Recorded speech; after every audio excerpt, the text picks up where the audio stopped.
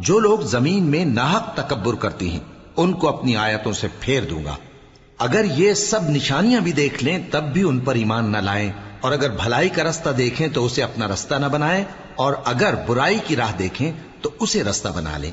یہ اس لیے کہ انہوں نے ہماری آیات کو جھٹلایا اور ان سے غفلت کرتے رہے. اور جن لوگوں نے ہماری آیتوں اور آخرت کی پیشی کو جھٹلایا ان کے اعمال ضائع ہو جائیں گے.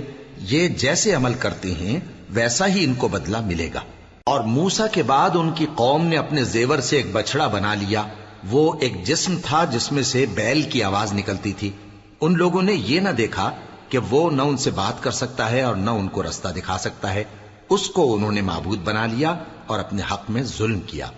اور جب وہ نادم ہوئے اور دیکھا کہ گمراہ ہو گئے ہیں تو کہنے لگے کہ اگر ہمارا پروردگار ہم پر رحم نہیں کرے گا اور ہم کو معاف نہیں فرمائے گا تو ہم برباد ہو جائیں گے.